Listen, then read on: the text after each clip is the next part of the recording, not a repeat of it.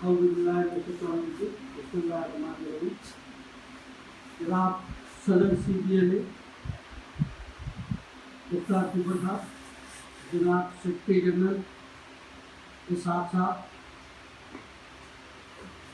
मेरे colleagues, student and ख़वातीन औलाद, मैं शुक्रगुजार हूँ CBLA का कि उन्होंने ना सिर्फ ये प्रोग्राम अरेंज किया बल्कि मुझे मदद किया। और जहाँ तक आपके लॉ एक्ट का ताल्लुक है, क्योंकि कोई भी पेपर हल करने से पहले या कोई भी एग्जाम, किसी भी एग्जाम को अटेंड करने से पहले कोशिश ये की जाती है कि जो सबसे इजी सब्जेक्ट हो उसको जो है ना पहले सवाल के जवाब दिए जाए, ताकि आपका एक असेसमेंट हो जाए कि जी आपके 100 नंबर में से आपने कहाँ तक फर्स्ट अटेम्प्ट में कितना अचीव कर। लकीली ना सिर्फ वकालत के हिसाब से बल्कि पढ़ने के हिसाब से भी जो CRPC और PPC है ये बड़ा इजी सब्जेक्ट है नंबर हासिल करने के, क्योंकि ये वो कवानीन है जो आपको रोज़मर्रा में भी इस्तेमाल होते हैं।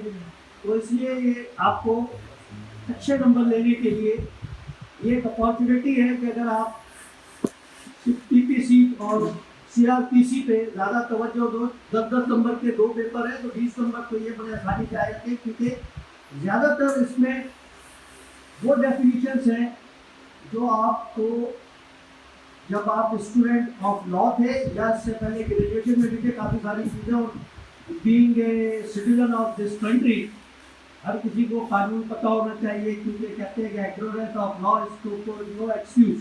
तो मोस्टली लोगों को ये क्रिमिनल लॉ पता होते हैं, PPC पता होता है, तो ये काफ़ी आपके लिए आसानी। अब जो मेन मकसद है CRPC का, PPC एक इसका सब्सटेंटिव लॉ है, कोई एक जिसको किसी मुल्क का कानून प्रोवाइड करता है, रोकता है, और उसके करने पर अगर कोई सज़ा होती है तो उसको वो PPC में फाल करती है, जिसको ताज़ीम भी कहते हैं। और जब कोई जुर्म हो गया तो उस जुर्म की पनिशमेंट तक एक प्रोसीजर अडॉप्ट करना पड़ता है, चाहे आपको कंप्लेंट लॉन्च करनी हो, चाहे आपको एविडेंस चलानी हो, चाहे आपको अपील फाइल करनी। तो ये जो CRPC है, CRPC में जुर्म शुरू होने से लेकर जुर्म जैसे ही जुर्म हुआ और कहाँ तक उसको कंक्लूड करना है, यानी कि एक जुर्म हो गया, उसकी FIR कट गई, उसकी FIR कटने के बाद उसको कोर्ट में चला गया, कोर्ट में जाने के बाद उसकी जो है बेल भी लेनी होती है और बेल के बाद अपील भी फाइल करनी होती है। तो ये जो है ये वो प्रोसीजर है कि इसके बगैर कोई लॉ, किसी लॉ की इम्प्लीमेंटेशन नहीं हो सकती। अब क्योंकि हमारे यहाँ हर कानून कोई भी हो वो असेंबली से पास होता है और उसकी इफेक्टिव डेट है, और कवानीन हमेशा जो है उनका इफेक्ट प्रोस्पेक्टिव होता है। ये CRPC है, CRPC जुलाई 1998 से इफेक्टिव हुई, लेकिन ये कानून जो था जब ऐसे कानून पास हो गया ये मार्च 1898 में पास, यानी मार्च से लेकर जुलाई तक ये कानून एप्लीकेबल नहीं था।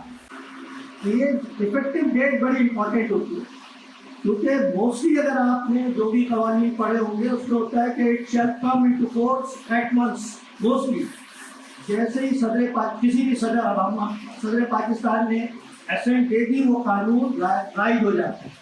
लेकिन इस कानून में ये था कि मार्च से लेकर, क्योंकि एक रीफिल लॉ पहले चल रहा था, उसमें केसेस रजिस्टर्ड थे, तो उसके लिए जब इसकी अमेंडमेंट हुई कानून में, नया कानून आया, तो इसका इफेक्ट, इसको इफेक्ट किया जुलाई से इंस्टेड ऑफ मार्च से जब ये पास। हम इसमें डेफिनेशन, फिर जो दूसरी बात है कि कोई भी काम शुरू करने से पहले उसका एक प्रोसीजर बनाना पड़ता है।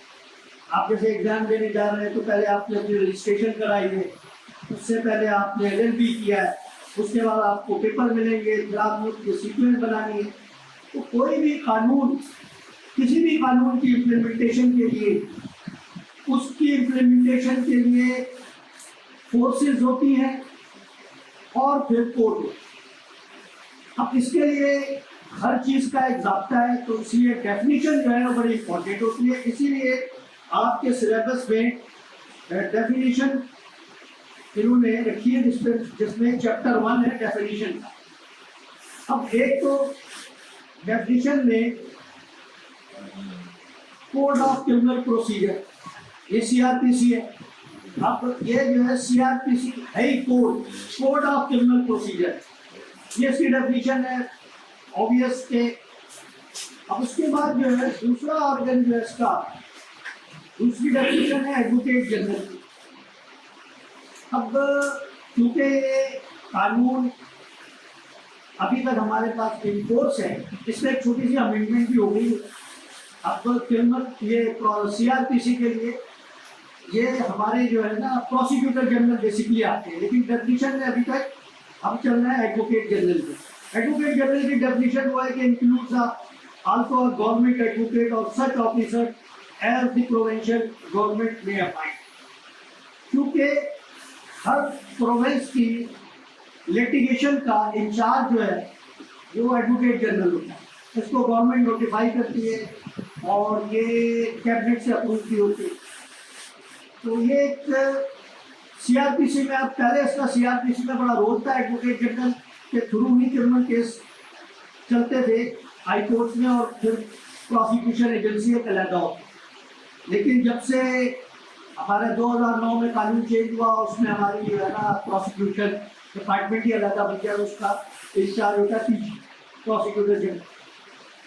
उसके बाद आया कि अफेंस को कैटेगराइज किया क्वांटम ऑफ ऑफेंस के हिसाब से कि ये ऑफेंस, कुछ ऑफेंस ऐसे होते हैं जिसमें फौरी बेल हो जाती है, कुछ ऑफेंसेस होते हैं जिसमें बेल नहीं होती, कुछ ऑफेंसेस ऐसे होते हैं जिसमें पुलिस ऑफिसर को इख्तियार है कि वो बेल दे दे। अब इसके लिए भी क्योंकि ये पूरा कानून जो है CRPC पूरा प्रोसीजर है, तो स्केड्यूल 2 कहलाता है हमारे यहाँ, जिसको शेड्यूल 2 कहते हैं। उसमें हमने डिफाइन किया है इस लॉ को कि कौन से ऑफेंसेस कॉग्निजेबल बाय पुलिस है और वो बेलेबल है और कौन से नॉन बेल। तो वो उन्होंने डिफाइन कर दिया है। बेसिकली बेल तो सबका राइट है, लेकिन कुछ ऑफेंसेस होते हैं जिसमें लेजिस्लेचर की इंटेंशन ये होती है कि जी इसकी इन्वेस्टिगेशन ऑलमोस्ट कंप्लीट है, इसने जुर्म किया है, ये नजर आ रहा है, इसको बिहाइंड द बार रखने का कोई पर्पज नहीं है, तो इसलिए वो बेलेबल ऑफेंस। उसके बाद दूसरा जो है चार्ज बड़ा इंपॉर्टेंट होता है। चार्ज एक्चुअली अगर इसको थोड़ा सा समझने की बात है कि वैसे तो चार्ज की बड़ी छोटी सी डेफिनेशन है, लेकिन जब एक कंप्लेंट पुलिस ऑफिसर के पास रिटर्न या ओरल होती है तो वो उसके बाद एक FIR लॉन्च करता है। FIR लॉन्च करने के बाद वो एविडेंस कलेक्ट करता है। जब वो एविडेंस कलेक्ट कर लेता है तो फिर वो एक चार्ज शीट बनाता है जिसको एक्यूजिशन अगेंस्ट द अक्यूज्ड कहते हैं। अब वो चार्ज शीट अगर आप पढ़ें तो वो 3-4 पेजेस की होती है, क्योंकि वो बताता है कि फला गवाह ने ये कहा। उसके बाद तो वो जो है ना वो फिर चार्ज जब कोर्ट फ्रेम करता है तो उसकी जिस आप एलिगेशन लेता है और वो कोर्ट जज साहब उसको चार्ज करते हैं दूसरे लफ्जों में कि जी आपने ये जुर्म इस तारीख को किया था और ये जो है कॉग्निजेबल बाय दिस कोर्ट है। मैं बीइंग ए प्रिजाइडिंग ऑफिसर या मैं बीइंग ए मजिस्ट्रेट इसको जो है कॉग्निजेंस लूँगा और इसके अंदर फला सेक्शन के तहत आपको सजा भी हो सकती है क्योंकि आपने इन सेक्शन की वायलेशन की है।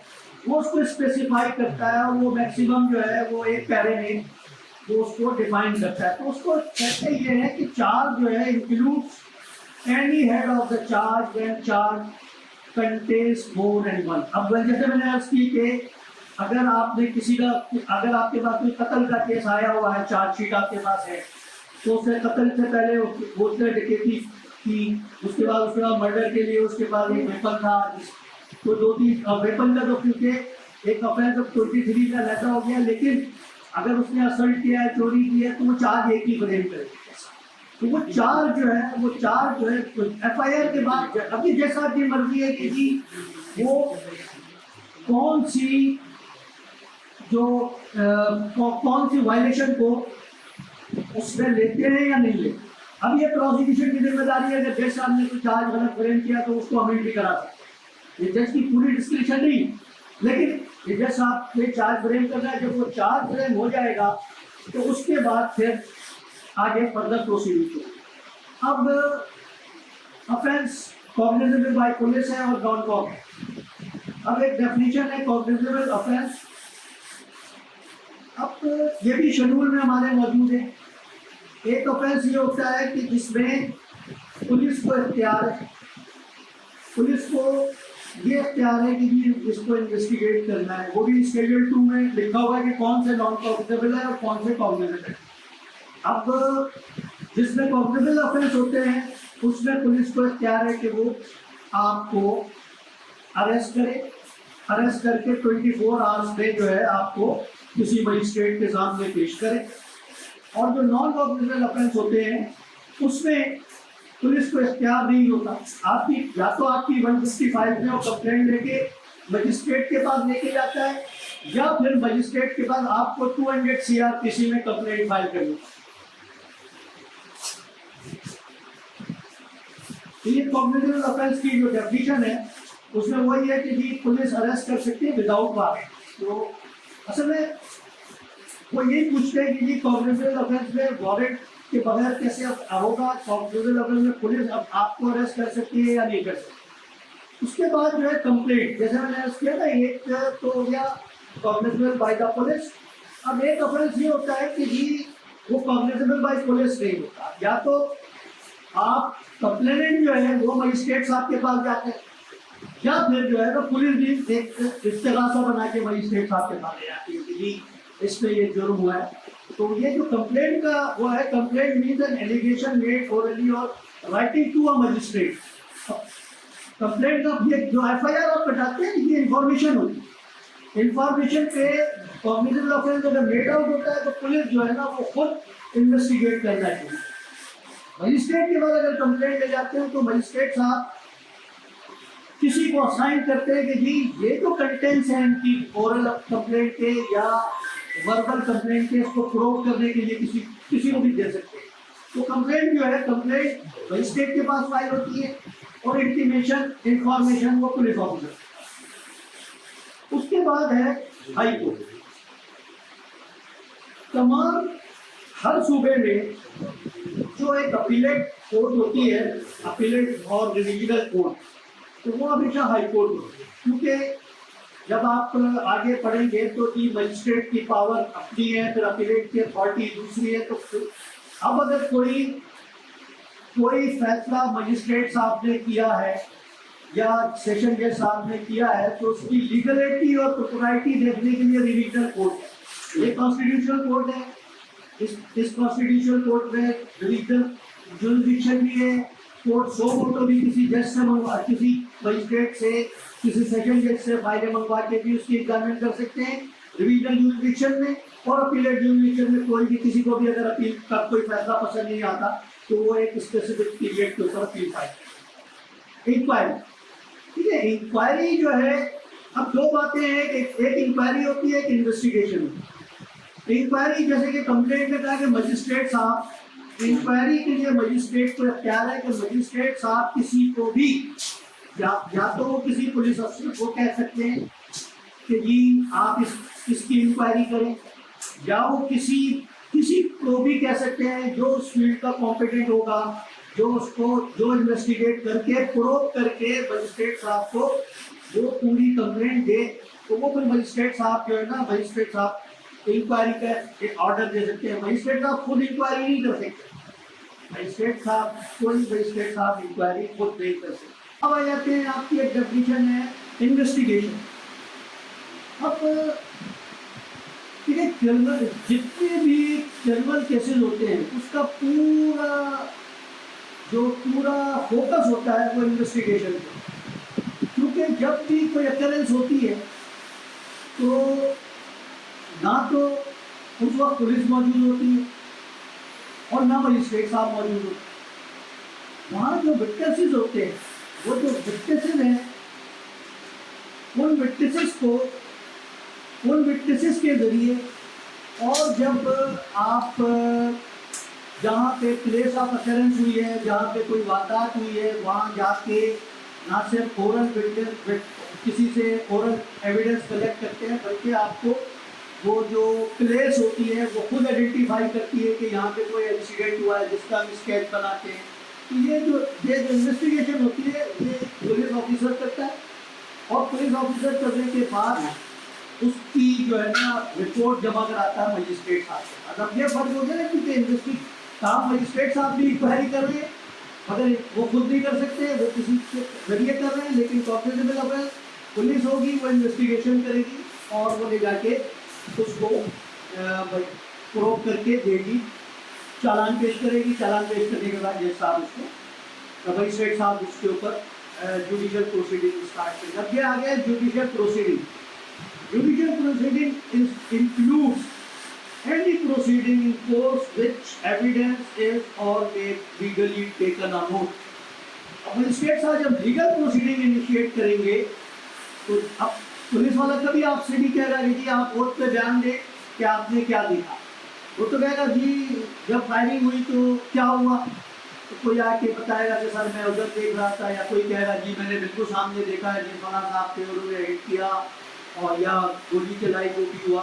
तो वो जो है ना वो उसका रिकॉर्ड, उसकी ज़बानी वर्बटन जो है रिकॉर्ड करके कागज़ पे उससे सिग्नेचर दे लेगा, जिसको 161 का स्टेटमेंट करके, और वो ले जाके अपनी इंक्वायरी मुकम्मल करेगा कि जी क्योंकि फला साहब ने ये बताया था कि जी फला साहब आए थे और उन्होंने जो है ना पिस्टल निकाली थी, और फला साहब ने ये बताया था कि वो ऐसे भागे थे, और फला साहब ने ये बताया कि जी जब उन्होंने पिस्टल निकाल के गोली मारी तो फला साहब को लगी। तो वो उसको जो है ना कोरोबोरेट करेगा सारी एविडेंस को, सारी चीज़ों को, ताकि मजिस्ट्रेट साहब को ये आसानी हो कि जब वो ओथ के ऊपर वो विटनेस आ रहा है और ओथ आ रहा है, जिसको जुडिशियल प्रोसीडिंग का पार्ट कहते हैं, बल्कि इसमें तो ये है कि अगर मजिस्ट्रेट साहब समझे कि ये गलत बयानी कर रहा है ओथ पे, तो उसके खिलाफ एक एक्शन भी लिया जा सकता है, इसमें सजा दी। तो ये जो हो गई आपकी मजिस्ट्रेट की इख्तियार। मजिस्ट्रेट दो किस्म के होते हैं, एक स्पेशल मजिस्ट्रेट होता है, आपको कुछ पूछना है तो पूछ ही जाए तो मसला नहीं। एक स्पेशल मजिस्ट्रेट होता है जो सेक्शन 12 में डिफाइन है, और एक मजिस्ट्रेट होता है जो सेक्शन 12 में, और एक स्पेशल मजिस्ट्रेट होता है जो सेक्शन 14 में। अब ऑफेंस क्या है? ऑफेंस की डेफिनेशन है, जैसे कि स्टार्ट में मैंने बताया कि जी कोई एक्ट जो प्रोहिबिटेड हो अंडर द लॉ, या आपको करने से मना किया गया और उसकी सज़ा भी मुख्तस हो, तो उसको हम कहते हैं ऑफेंस। यानी कि act and omission punishable by any law, यानी कि कोई आदमी जानबूझ के भी कोई जुर्म कर सकता है और कोई गलती से भी जुर्म कर सकता है। ओमिशन उसको पता नहीं है कि जी ये सिग्नल मुझसे टूट गया, लेकिन उसकी पीनल कॉन्सिक्वेंसेज है, फिर उसकी इन्वेस्टिगेशन होती है। तो ये जो ऑफेंस की डेफिनेशन है, ये ऑफेंस की डेफिनेशन ये है कि कोई भी आपका जो भी एक्ट है जो पनिशेबल अंडर द लॉ है किसी भी मुल्क के लिए, तो वो उसको ऑफेंस कहते हैं। इन्होंने तो ऑफेंस की डेफिनेशन लिखी है कि मीन एनी एक्ट और omission made punishable by any other law for the time being, लेकिन पर्पस उसका वही है बेसिकली। जो लॉ का पर्पस ये कि हमेशा इंटरप्रिटेशन आपके फेवर की होना चाहिए, जो आपकी समझ में आए, और वो जो है हिट करे इंटेंशन ऑफ द लेजिस्लेचर को। अब ये नहीं हो सकता कि लेजिस्लेचर की इंटेंशन जुर्म करने वाले की अक्यूज है, आप उसको विटनेस कर दें, तो ये नहीं है। लेकिन उसकी इंटेंशन ये है कि जी अगर कोई कानून में कोई चीज़ ना करने की सज़ा मौजूद है तो वो आप जुर्म ना करें, अगर करेंगे तो आपको पेनलाइज किया जाए। तो ये ऑफेंस की डेफिनेशन है। Officer in charge of the police station, देखिए हर जगह का एक सिस्टम है, पुलिस का भी एक सिस्टम है, क्योंकि इंचार्ज होगा तो कोई पूछने वाला है, इंचार्ज होगा। पुलिस स्टेशन में 22 आदमी होते तो किसी और से भी पूछा जा सकता, तो एक इंचार्ज होता है जो भी। अब किसी भी थाने में पुलिस स्टेशन का एक ये रूल है, पुलिस रूल के तहत, कि कोई ना कोई इंचार्ज जरूर होगा, और हेड कांस्टेबल कम से कम जो है ना वहाँ पे होगा, तो वो इंचार्ज चलाएगा। अगर कोई नौकरी चली गई, रेड पे चली गई, कहीं चली गई, तो कम से कम, यानी कि अगर कोई कांस्टेबल होगा तो इंचार्ज नहीं हो सकता, कांस्टेबल होगा तो इंचार्ज नहीं हो सकता। तो ये इंचार्ज जो है, इसको कहते हैं कि officer in charge of a police station, include any officer in charge of the police station in absence from time to time. वो पुलिस स्टेशन से कोई भी एब्सेंस में होगा तो। Place include also a house, building, tent and vessel. वो कोई भी जगह, जब कोई भी इंसिडेंट होगा, कोई भी वारदात होगी, तो या तो वो किसी घर में होगी या किसी टेंट में होगी। वो प्लेस ऑफ इंसिडेंट भी कहलाता है, तो उसमें डिफाइन किया है कि या घर होगा, या बिल्डिंग होगी, या टेंट होगा, या वेसल होगी। अब क्योंकि ये वेसल पानी के जहाज है, कहीं पे अगर रॉबरी हो रही है समंदर में, तो ये वेसल इस्तेमाल होते हैं। तो ये इसकी डेफिनेशन है। प्लीडर, जब आप लोग LLB करके जब आप जी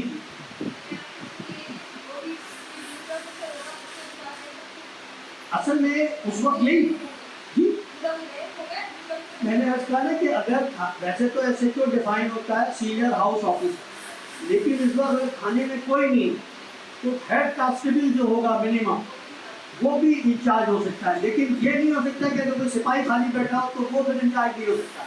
this is the duty of the SHO कि कम से कम रिटेन करे पुलिस स्टेशन में कम से कम ये हेड कांस्टेबल मिनिमम।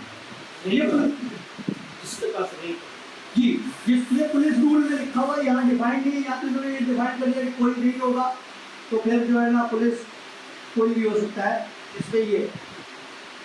उसके बाद प्लीडर ने कहा ना कि जब आप तो लाइसेंस मिल जाएगा तो कोई भी क्रिमिनल केस आएगा तो फिर आप उसको प्लीड करेंगी, जिसको हम डिफेंस काउंसिल कहते हैं, तो वो प्लीडर होता है। प्लीडर के लिए लाइसेंस होना ज़रूरी है, उसको CRPC का समझ आना चाहिए ताकि वो प्लीड कर सके। तो जब आप लोग लॉ करेंगे तो उसके बाद आपको प्लीडिंग सिखाई दी जाएगी। वैसे तो अब तो इतना अच्छा सिस्टम हो गया है कि अभी भी आप लोग समझ जाएंगे कैसे चार्ज क्लेम होता है, कैसे एविडेंस चलाई जाती है।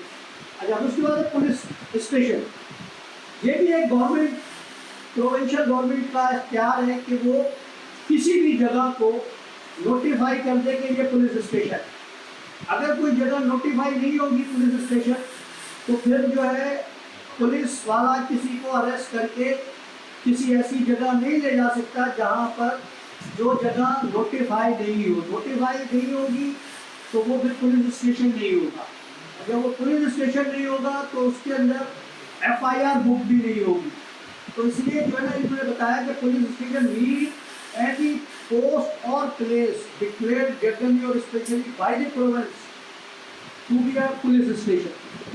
तो ये बड़ा इम्पोर्टेंट है कि अगर जो है सारे पुलिस वाले भी बैठे हों और लॉकअप भी हो, सब कुछ हो, और अगर गवर्नमेंट नोटिफाई नहीं कर रही है उस पुलिस स्टेशन को, तो पुलिस स्टेशन नहीं होगा। तो वो जो जिसको रखेंगे वो भी इलीगल कन्फाइनमेंट होगी, जो FIR करेंगे वो भी इलीगल। इसे बताने का इन्होंने इसलिए पर्पज रखा है कि जी आपको ये पता चले कि जी आपके क्लाइंट के साथ कोई इलीगलिटी ना हो। ये बेसिकली ये है कि हमारा काम किसी मुल्जिम को छुड़ाना नहीं है, हमारा काम है कि जी अपने क्लाइंट का लीगल राइट प्रोटेक्ट करना। तो अगर उसको इलीगल कन्फाइन में रखते छुड़ाना तो बात की बात है, पहले उसको बंद क्यों किया था भाई, तो थाने नहीं, ये पुलिस स्टेशन ही नहीं है। पुलिस स्टेशन को हम लोग उर्दू में थाने कहते, तो वकीलों के जमाने में भी थाने आ जाते हैं। तो पुलिस स्टेशन जब डिफाइन नहीं है तो फिर ये। अब पब्लिक प्रोसिक्यूटर, जैसे मैंने आपसे कहा कि पब्लिक प्रोसिक्यूटर पहले तो प्रोसिक्यूशन एजेंसी होती थी, अब जो है वो और डिफाइन वो उसी ज़माने का है 492 में। गवर्नमेंट इसको भी नोटिफाई करती है पब्लिक प्रोसिक्यूटर। पब्लिक प्रोसिक्यूटर वो होता है जो स्टेट के केसेस को कोर्ट में, आप तो डिफेंस काउंसिल है, वो एक नोटिफाइड प्रोसिक्यूटर होता है जो उस कोर्ट में मौजूद होता है, और वो हर केस में, यानी कि अगर पुलिस वाला चालान लेके जाएगा तो मजिस्ट्रेट साहब को असिस्ट करेगा, रिमांड लेके जाएगा तो मजिस्ट्रेट साहब को असिस्ट करेगा, और फिर पूरी प्रोसीडिंग वो चलाए। यानी कि जो गवाह पुलिस ने बनाए हैं, जो गवाह है 161 में, पहले वो एग्जामिन नहीं करेगा क्योंकि पुलिस ने अगर 400 गवाह बना दिए तो मेरा केस डैमेज तो नहीं कर देंगे, तो मैं 200 गवाह चला दूँ या एक ही गवाह चला दूँ, तो ये उसकी जिम्मेदारी है। तो उसकी definition means a prosecuting person appointed under section 492 and include any person acting under the direction of the public prosecutor। कभी कभी ऐसा होता है कि गवर्नमेंट खुद एक स्पेशल प्रोसिक्यूटर भी अपॉइंट कर देती है, लेकिन वो करती वही 492 के तहत। तो ये इसकी डेफिनेशन है पब्लिक प्रोसिक्यूटर। सब डिवीजन, असल में सब डिवीजन अब यहाँ हमारे यहाँ ज़रा रिडेंडेंट सा हो गया है, क्योंकि अब डिस्ट्रिक्ट हमारे यहाँ हो गए, डिस्ट्रिक्ट की एक इम्पोर्टेंस होती है और डिस्ट्रिक्ट जज भी होते हैं। तो कुछ एक ज़माना था कि जब डिस्ट्रिक्ट पॉपुलेशन और एरिया के हिसाब से बनाई जाए, तो फिर वो कभी ऐसा डिस्ट्रिक्ट ना वो डिस्ट्रिक्ट बना सकते थे, ना वो पॉपुलेशन के हिसाब से उसको तहसील बना सकते थे, तो उन्होंने सब डिवीजन करती थी। तो वो एक सेशन जज इंचार्ज जज के तौर पे उसको इसको देख लेना है। उसके बाद है आपका चैप्टर 5 है अरेस्ट। ये अरेस्ट की डेफिनेशन है, ठीक है। किसी ने अगर जुर्म किया तो उसको आप मुल्जिम तो कह सकते हैं, मुजरिम नहीं कह सकते। तो आप उसके ऊपर फोर्स अप्लाई नहीं कर सकते, यदि आपके खिलाफ एलिगेशन है तो आप फोर्स अप्लाई करें। तो ये अरेस्ट कैसे होगा कि जी आपने अरेस्ट है, आपने किसी को अरेस्ट करने गए, आप उसको एलिगेशन बताएंगे, आप उसको उसके खिलाफ फोर्स इस्तेमाल नहीं करेंगे। अरेस्ट का ये है। फिर उसके बाद आप जब अरेस्ट करेंगे तो आप उसको जो है मजिस्ट्रेट के पास लेके जाएंगे। मजिस्ट्रेट की जिम्मेदारी है कि वो देखेंगे कि इसके साथ मार ट्रीटमेंट तो नहीं हुआ। तो ये अरेस्ट जो है पुलिस को इख्तियार है, लेकिन पुलिस को ये इख्तियार नहीं है कि जी आप किसी के साथ मार ट्रीटमेंट करें, किसी को मारे पीटे, अगर कोई बीमार है तो आप उसको अस्पताल नहीं ले जाएं। तो ये अरेस्ट के लिए है कि आप फोर्स अप्लाई नहीं कर सकते, आपने डिटेन करना है, और डिटेन करके जो प्रोसीजर है 24 घंटे के अंदर मजिस्ट्रेट साहब के पास पेश करना है। मजिस्ट्रेट साहब ने उसकी फिजिकल कंडीशन देखनी है, जो भी करना है। फिर आपकी एक डेफिनेशन है search of place entered person sought to be arrested. अब एक आदमी जुर्म करके कहीं छुप गया, तो उसके लिए भी जो है ना, उसको फिर अरेस्ट करने के लिए किसी जगह जाके पुलिस को इख्तियार है कि वो अपने हायरअप्स को, या कभी कोई जो है अगर हायर से परमिशन लेगा, या मजिस्ट्रेट अगर कोई ऐसी बात है तो मजिस्ट्रेट से भी वो परमिशन लेगा, और उसके बाद जाके उसको वो सर्च करेगा। उसके बाद जो सर्च करेगा, अभी जरूरी है कि मजिस्ट्रेट से ही परमिशन ले, सर्च करेगा तो लोकेलिटी से इंडिपेंडेंट लोग लेगा, सर्च का वो बनाएगा, मचलका इंडिपेंडेंट लोगों के विटनेस लेगा, ताकि ये पता चले कि जी इसने जो ये सर्च किया है ये जेन्युइन है, और जो चीज़ें रिकवर की हैं वो जेन्युइन है। तो ये इसलिए जो है ना, प्लेस ऑफ इंटर कैसे होगा, किसी घर में तो ऐसे नहीं इंटर हो सकता जब तक साथ में 2 लोग ना हों कि जी हम ये चीज़ सर्च करना है, हमें ये रिकवर करना है। ये इम्पार्शियल इन्वेस्टिगेशन का पार्ट है। Produce where ingress not obtained. अब इंग्रेस जो कोई लोग छुप जाते हैं तो फिर उनको जो है ना, आप उसको अरेस्ट करने के लिए भी आपको प्रोसीजर दिया हुआ है कि जी आप खिड़की दरवाजे तोड़ दें, या फिर आपको खुद अगर किसी आप खुद इंग्रेस हो गए तो भी आप वो जगह से जो है ना अपना पैसे बना के आप आ जा सकते हैं। तो उसके लिए आपको जो है ना ये प्रोसीजर है कि जब ingress not obtained, power to open great door and window for the purpose of defence. अब किसी को आज़ाद कराने के लिए भी आपको जो है ना, कोई या किसी को पकड़ने के लिए भी अगर आपको ज़रूरत पड़ती है तो आप विंडो ओपन करें, ओपन द लॉक, और विंडो तोड़ सकते हैं, दरवाजे तोड़ सकते हैं। Know unnecessary restraint, the person arrested shall not be subjudice to more resistance, it's necessary to prevent resistance. अब ये नहीं हो सकता कि जी आपने एक बंदा पकड़ा, बुलडॉग पकड़ा और आप उसके ऊपर इतनी फोर्स अप्लाई करें कि जी उसको जो है ना बर्डन हो। आपने उसको या तो हैंडकफ लगा देने, हैंडकफ लगाने के बाद किसी को कोई इतना खास पेन नहीं होता, या किसी को आप जबरदस्ती पूरा बांध के जकड़ के नहीं रख सकते। तो ये उसको जो है ना आपने खुली हवा में रखना ही जरूर है, खुला रखना है, मतलब उसको कोई इतना प्रेशर नहीं देना कि ये जो है ना नो अननेसेसरी रिस्ट्रेंट, किसी चीज को अननेसेसरी रिस्ट्रेंट नहीं किया जा सकता। Search of arrest person, a person making arrest may search such person to be arrested at place of article is safe custody। अब वो जब कोई चीज किसी को अरेस्ट करते हैं तो जैसे कि जो पर्सन है उसको आपने अरेस्ट किया, उसकी भी इज्जत को देखना है, और जो आर्टिकल आपने वहां से रिकवर किए उसकी भी कोई सेफ कस्टडी बनानी है, उसकी सारी इन्वेंटरीज बनानी है और उसको पेश करना है ताकि कोई एम्बेजलमेंट ना हो जाए कि वो कोई चीज आपने इधर उधर से ली है। अब मोड ऑफ सर्चिंग वुमेन, क्योंकि हमारे यहाँ खवातीन का एहतराम है तो ये कहा गया है कि जी अगर आप किसी खातून को अरेस्ट करने जा रहे हैं तो फिर आपके साथ कम से कम एक लेडी सर्चर जरूर होगी, क्योंकि जब भी आप किसी को अरेस्ट करते हैं कम से कम आप उसको पकड़ते तो जरूर है। तो ये जो है ना उसके लिए मैंडेटरी है कि जी किसी खातून को पकड़ने जा रहे हैं तो आप अपने साथ एक लेडी सर्चर को साथ में रखेंगे। तो इसलिए इनको जो है ना प्यार नहीं है कि आप जो है किसी लेडीज के ऊपर जाकर अरेस्ट करने जाने और बगैर लेडी सर्चर के चले जाए।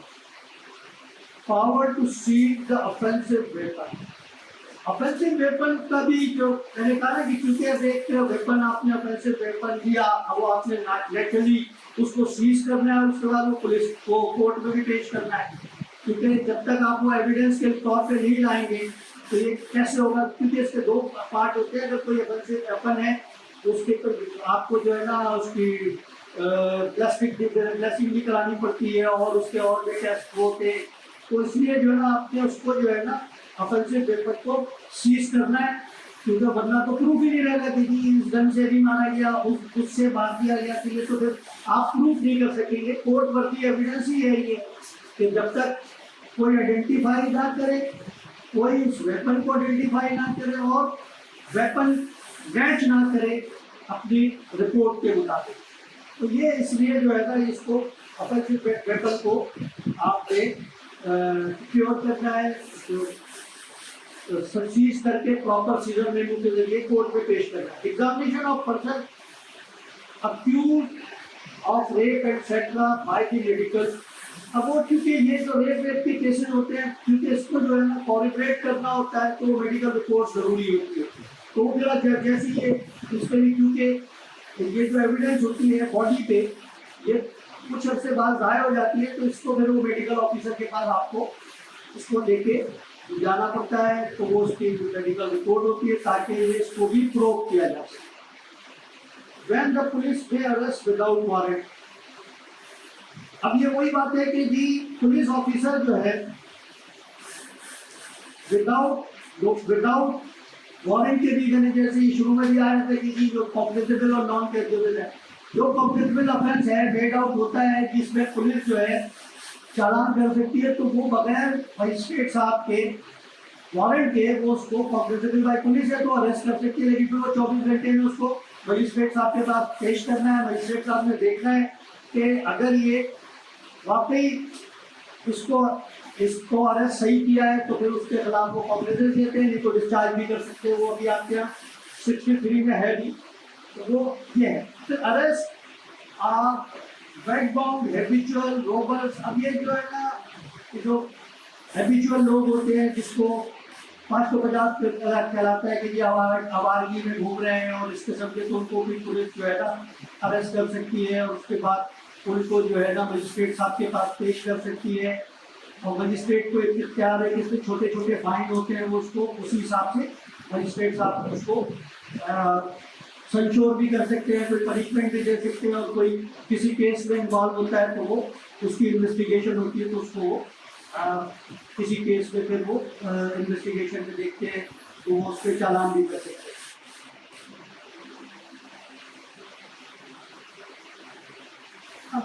ये procedure when police officer depute subordinate to arrest without warrant.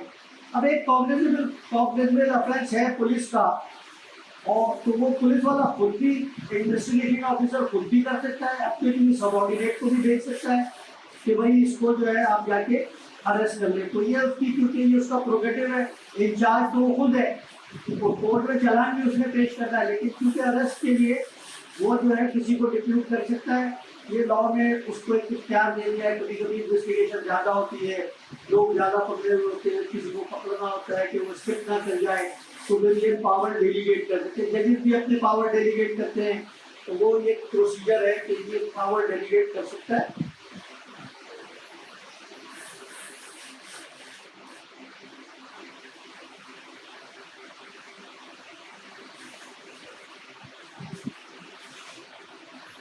Refusal to give name and residence. अगर कोई पुलिस वाला किसी को रास्ते में पकड़े और कहे कि साहब आप अपनी आइडेंटिटी बताएं, वो नहीं बताएगा, अगर वो नहीं बताएगा तो फिर पुलिस उसको अरेस्ट कर सकता है, क्योंकि आपको नॉन कॉग्निजेबल ऑफेंस बनी है ना। आपने आइडेंटिटी नहीं बताई, आप स्ट्रेंजर हैं, आप इस मुल्क के लिए एलियन हैं, अगर आप आइडेंटिफिकेशन अपनी करा लेते हैं तो आप करा सकते हैं।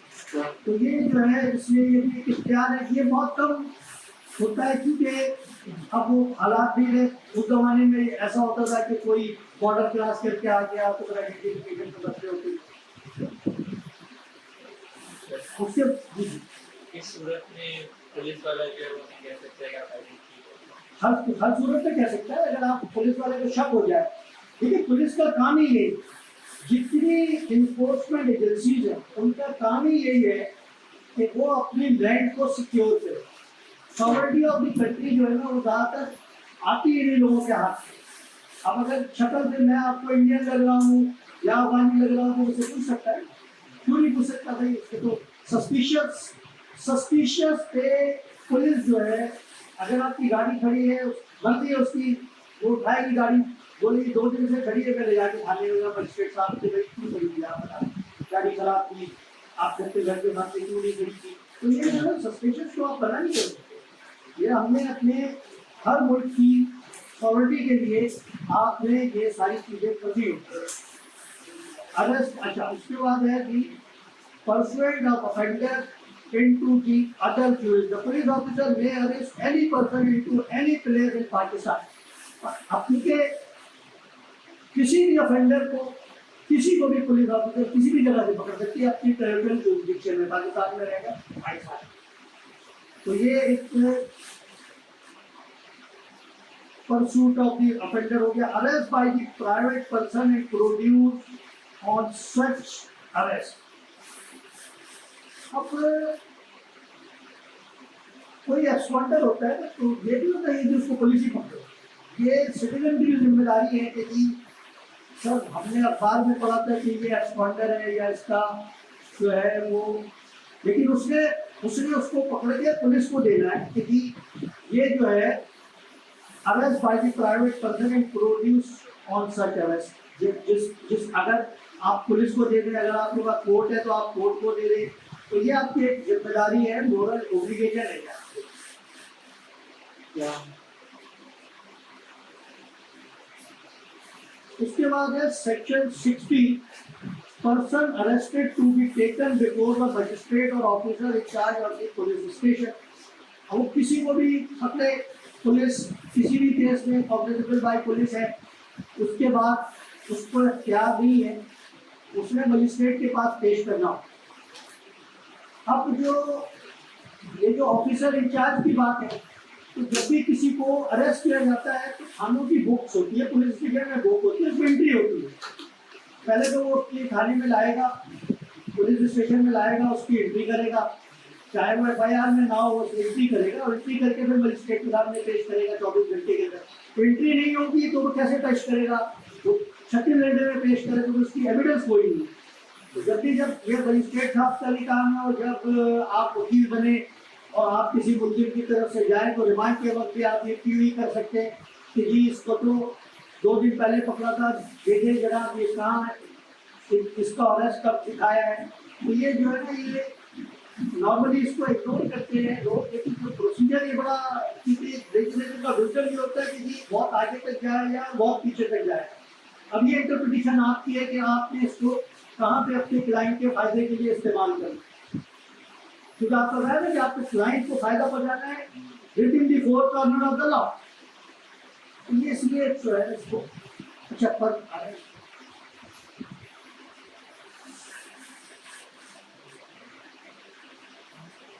ये कुछ 60 में वही है कि 60 और 61 में ये है कि 24 घंटे से ज़्यादा आप नहीं कर सकते। 24 घंटे में आपने मजिस्ट्रेट साहब के पास उसको पेश करना होगा।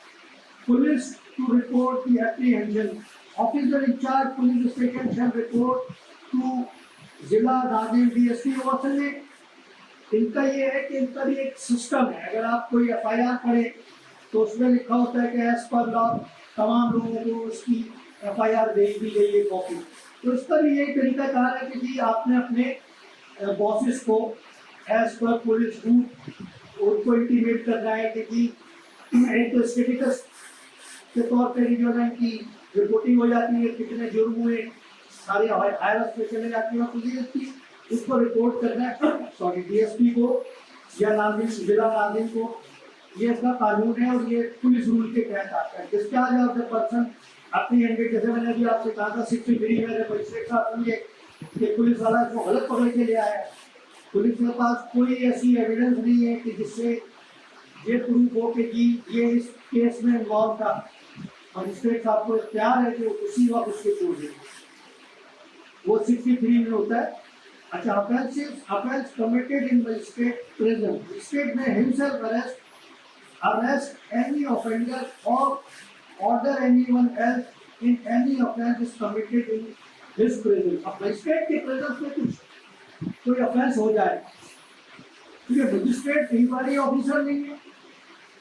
मजिस्ट्रेट किसी को इंक्वायरी के लिए भेज सकता है, लेकिन जब मजिस्ट्रेट के सामने कोई रिश्वत ले रहा होता है तो मजिस्ट्रेट पुलिस ऑफिसर कह रहा है कि क्योंकि इसने जो है ब्राइब किया, ये पीसीए के तहत इसने जुर्म किया, 161 162 का जुर्म होता है, इसने जुर्म किया, आप इसको अरेस्ट करें। और कहीं पे मजिस्ट्रेट छापे भी मारते हैं अपने डिस्ट्रिक्ट जज के साथ जाके। तो उसके बाद कभी मजिस्ट्रेट साहब जेल में जाते हैं, कोई लीगल कन्फाइन नहीं होता है, तो फिर मजिस्ट्रेट साहब उसी वक्त ऑर्डर फरमाते हैं कि जी क्योंकि एसएचओ ने इसको इलीगल कन्फाइनमेंट में रखा है, इसकी ये सजा बनती है, ये पेनलाइज करना है इसको, आप इसको एफआईआर काटें और अरेस्ट करें। Arrest by or in prison with the power on step to pursue the vacant. Step person may be vacant in custody from any place। कोई जो जब कोई भाड़ा होगा तो आपको उसको जो है ना जहाँ से चाहे आप उसको पकड़ सकते हैं, कोई भी पकड़ सकता है। Provision under section provision 47 shall be।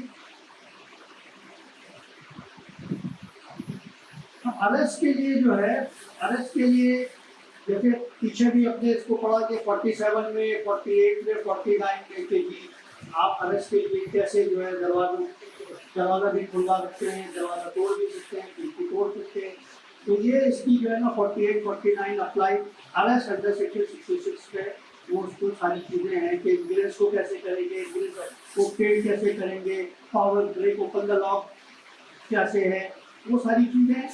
और तो ये वो प्रोसीजर है जिस प्रोसीजर को पढ़ने के बाद आपको ये बात समझ में आती है कि जी किस तरह अरेस्ट हुआ और क्या डेफिनेशन थी और इसके साथ क्या हुआ। चैप्टर 7 है process to compare the protection of the document. अब उसके बाद कुछ डॉक्यूमेंट ऐसे होते हैं जो कॉन्ट्रैक्ट के मुताबिक किसी को नहीं दिए जा सकते। जैसे कि विजडम इसका 94 का ये अब सम्मन टू प्रोड्यूस द डॉक्यूमेंट और एनीथिंग। अब कोई भी कोर्ट है, अब इन्वेस्टिगेटिंग ऑफिसर कहता है कि साहब ये जुर्म जो है ये इस वजह से हुआ था कि जी ये प्रॉपर्टीज थी इन्वॉल्व इसमें। गवाह बताते हैं कि जी ये प्रॉपर्टीज इन्वॉल्व थी और वहाँ पूछते हैं तो पता चलता है कि जी इनका तो कोई लेना देना नहीं था। तो फिर कोर्ट जो है सम्मन इशू करता है कंसर्न अथॉरिटी को कि जी वो डॉक्यूमेंट आप जो है जाके इन्वेस्टिगेटिंग ऑफिसर को दे ताकि वो प्रूव करे। तो ये जो है ना, any court may issue the return और order to any person to produce. कभी कभी ऐसा होता है कि जी लोग वसीयत करके किसी के नाम डॉक्यूमेंट लग जाते हैं, तो उसको भी बुला सकता है, खाली अपने डिपार्टमेंट को नहीं बुला सकता है कि जो रिकॉर्ड मेंटेन कर रहा है। उसके बाद प्रोसीजर 95 में कहते हैं एज लेटर एंड टेलीग्राम। वो जमाने में था कि जी सम्मन देंगे तो दूर की जगह है, टेलीग्राम देंगे, टेलीग्राम में कितना भी हो जाएगा, टेलीग्राम जाएगा रिसीव होगा, लेटर जाएगा तो रिसीव होगा। प्रिजम्पशन ये है कि अगर आपने एक रजिस्टर्ड कोड भेज दी और आपके पास रसीद है तो ये प्रिज्यूम किया जाएगा कि ये देख के रसीद हो गई तो ये सर्व हो गया। ये इसका एक विजडम है, तो इसलिए उन्होंने उसको रखा है कि मजिस्ट्रेट और court they required a postal or telegraphic authority to deliver any document, parcel or thing of such person to as the magistrate court direct the person to investigating inquiry or trial। अब magistrate के पास क्योंकि inquiry भी है, inquiry magistrate करा सकता है, trial book करता है, इन्वेस्टिगेशन को मॉनिटर करता है। तो तीनों स्टेज पर जो है ना किसी को भी ये क्या दे सकता है कि नहीं, या आप टेलीग्राफ पे दे दें या लेटर दे आए, या फिर अथॉरिटी को कह सकता है कि जी आप इसको जो है ना ये इसको भेजिए। When the search warrant be issued, अब जो है ना 94 में जब आप कोई परमिशन लेने जाते हैं तो कोर्ट जो है उसको एग्जामिन करता है, तो 95 में सर्च वारंट इशू करता है। डिस्ट्रिक्ट का बेसिकली काम होता है, अगर वो नहीं करेगा इन्वेस्टिगेटिंग ऑफिसर तो फिर वो डिस्ट्रिक्ट जज की कंप्लेंट कहाँ करेगा, हाई कोर्ट में करेगा, क्योंकि हाई कोर्ट रिविजन जुरिसडिक्शन है। तब ये इन्वेस्टिगेशन का पार्ट हो जाता है ना कि इन्वेस्टिगेशन को डॉक्यूमेंट चाहिए। 94 की परमिशन मजिस्ट्रेट साहब नहीं देंगे तो आपके पास डॉक्यूमेंट है, आप नहीं देंगे, डिस्ट्रिक्ट जज नहीं देगा तो आप क्यों देंगे डॉक्यूमेंट। जब नहीं देंगे मजिस्ट्रेट साहब परमिशन नहीं देंगे फिर आपको रिविजन और अपीलेट जुरिसडिक्शन जाके हाई कोर्ट से परमिशन लेनी पड़ेगी। 97 कहता है power to restrain the warrant. Search warrant में restricted to the specific part of अब जो पावर टू रिस्ट्रिक्टेड थी वारंट, अब वारंट जब कोर्ट इशू करेगा तो कोर्ट के उस स्पेसिफिक जगह के वारंट इशू कर रहे हैं 97 में कि पता कि क्या चीज़ कहाँ है, और उसके वारंट उसी हिसाब से प्लेस ऑफ अरेस्ट पे जाएंगे, प्लेस ऑफ कस्टडी पे जाएंगे, प्लेस ऑफ रिटेंशन पे जाएंगे। तो ये इसका वो था search of house suspected to contain stolen property, sold document and set. Magistrate साहब के पास इख्तियार है कि मजिस्ट्रेट साहब वारंट इशू करेंगे कि जी कहाँ पे अगर कहीं पे काउंटर फीट नोट रखे, कहीं पे जो है स्टोलन प्रॉपर्टी रखी है या कोई डॉक्यूमेंट रखे जो उसको छुपा के रखे, तो मजिस्ट्रेट जो है ना आपको एक वारंट इशू करेगा कि आप उस प्लेस पे जाएं, इंटर हो और वहाँ पे जाके वो डॉक्यूमेंट कलेक्ट करें। मजिस्ट्रेट जब किसी को एडवाइस करता है तो उसको वही प्रॉपर प्रोसीजर अडॉप्ट करना पड़ता है। पहले उसको नोटिस देते हैं, नोटिस देने के बाद जब वहाँ पे वो कोई चीज़ रिकवर करते हैं तो वो मशीन लेते हैं, मशीननामा बनाते हैं ताकि ये पता चले कि वाकई उसी जगह से ये चीज़ रिकवर है। उसके बाद है जनाब disposal of things found in search beyond the jurisdiction. अब अगर कोई चीज़ मजिस्ट्रेट साहब को ये नज़र आती है कि जी इसको जो है ना अगर हमारी जुरिसडिक्शन में नहीं आता है और prepaid immediately taken before the court issues the warrant of the nearest court. अब अगर टेरिटोरियल जुरिसडिक्शन में नहीं आ रहा है तो वो दूसरी कोर्ट को कहेंगे कि क्योंकि ये आपकी टेरिटोरियल जुरिसडिक्शन में आ रहा है तो आप इसके लिए जो है ना उसको वो इशू करते हैं, तो फिर वो इसको कोर्ट की असिस्टेंस के लिए तो कोर्ट उसको दूसरी कोर्ट की उसकी जुरिसडिक्शन होती है तो फिर वो अपने जुरिसडिक्शन के ऊपर वो वारंट इशू करता है, वो सर्व हो जाता है। उसके बाद है power to declare certain publication for feature and for issuance of the search warrant. इसी तरह जब मैंने कहा कि जी सॉर्टी ऑफ द कंट्री बड़ी इंपॉर्टेंट होती है, कोई ऐसा मटीरियल होता है तो ना सिर्फ उसको मजिस्ट्रेट को इख्तियार है कि जी वहाँ से वो रिकवर करें, उसको फिर जो है ना फॉरफिट भी करते हैं, फॉरफिट करते हैं मजिस्ट्रेट साहब उसको अपनी निगरानी में उसको मजिस्ट्रेट को ये इख्तियार है कि वो खुद अगर प्रिज्यूम करता है तो एक ऑर्डर लिखता है कि ये जो है ना सीडच है या सॉलिडिटी के खिलाफ है तो फिर वो जो है ना, या फिर किसी की ओपिनियन लेकर भी वो उसको जो है ना फॉरफिट करता और वो इख्तियार दे सकता है। Application to high court to set aside order, अब अगर कोई फॉरफिचर का ऑर्डर है तो क्योंकि रिलीजल जुरिडिक्शन में जाएगा, उसके बाद और कोई रेमेडी नहीं है।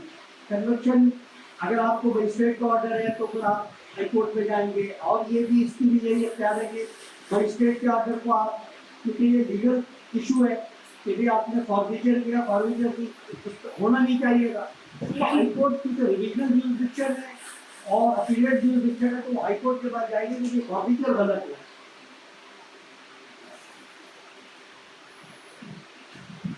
तो हाई कोर्ट उसको देखेगा कि अगर है तो वो सेटिस्फाइड कर देगा। Evidence to be prove the nature, copy of the newspaper they be given है। ये बड़ा एक इम्पोर्टेंट चीज़ है। जब हम भी प्रोफेशन में आए तो हमने बड़ा सोचा कि क्या मसला है, तो कभी कोई वाकया होता है तो वो अखबार रख के तस्वीर खींचते हैं, वो एविडेंस यदि क्योंकि अखबार पे डेट पड़ी होती है, तो वो जो है ना, इससे मुझे कहा कि ये वो एविडेंस है कि जिसको आप इस एविडेंस को बिलीव कर सकते हैं। Copy of the newspaper may be given है, आप लोग न्यूज़पेपर की एविडेंस को वो कर सकते हैं as a evidence. Procedure in high court, every high court shall frame the procedure. ये असल में जब अपीलेट जुरिडिक्शन में आएगा, जैसे सीआरपीसी है, एक जुर्म हुआ पीपीसी के लिए, तो फिर जो है कोर्ट सीआरपीसी के तहत मुकदमा चलाती है। दूसरे हाई कोर्ट के चीफ कोर्ट, पहले सिंध चीफ कोर्ट रूल होते थे, अब सिंध हाई कोर्ट रूल है, तो ये हाई कोर्ट को अपना प्रोसीजर वो कर रहा है कि जी बेलें किस प्रोसीजर के तहत चलेंगी, अपीलें किस प्रोसीजर के तहत चलेंगी, और मिसलेनियस चीज़ें किस तरीके से चलेंगी। Jurisdiction part, no order pass और action taken under section 1999 shall be declared card as a question in any court otherwise than recorded with the provision of the 99B। अब 99B में जैसे कि उन्होंने कहा है कि application to high court to set aside, अब ये तो फिर हाई कोर्ट तो जो है ना फॉरफिचर को सेट असाइड कर सकता है, किसी और कोर्ट से जाके आप फॉरफिचर करा के ले आए तो उसका इख्तियार ही नहीं है। जब इख्तियार नहीं है तो उसका ऑर्डर की कोई वैल्यू नहीं।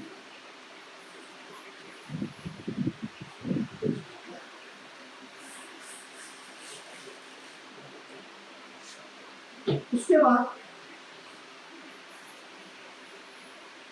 सर्च फॉर पर्सन राउंडफुल कन्फाइनमेंट, जैसे मैंने अभी किया है कि मजिस्ट्रेट इशू करेगा अगर कोई राउंडफुल कन्फाइनमेंट में आपके किसी को कहा कि जी फला ने मेरे अपने घर पे किसी को राउंडफुली कन्फाइनमेंट में रखा हुआ है, पुलिस वाले ने रखा हुआ है, तो वो 100 के तहत उसको सर्च वारंट इशू करता है। वो मजिस्ट्रेट अपना एहलकार भी देख सकता है, किसी दूसरे पुलिस स्टेशन के आदमी को भी देख सकता है, कोर्ट का आदमी भी जा सकता है, किसी थर्ड पर्सन की वकील साहब को भी वो इख्तियार दे सकता है मजिस्ट्रेट के जाके इसको अगर कोई जाके सर्च करें, देखें, अगर कोई राउंडफुल कन्फाइनमेंट में है तो वो सेक्शन 100 के तहत उसको वारंट इशू करते हैं, वहाँ से तो उसकी रिपोर्ट देता है।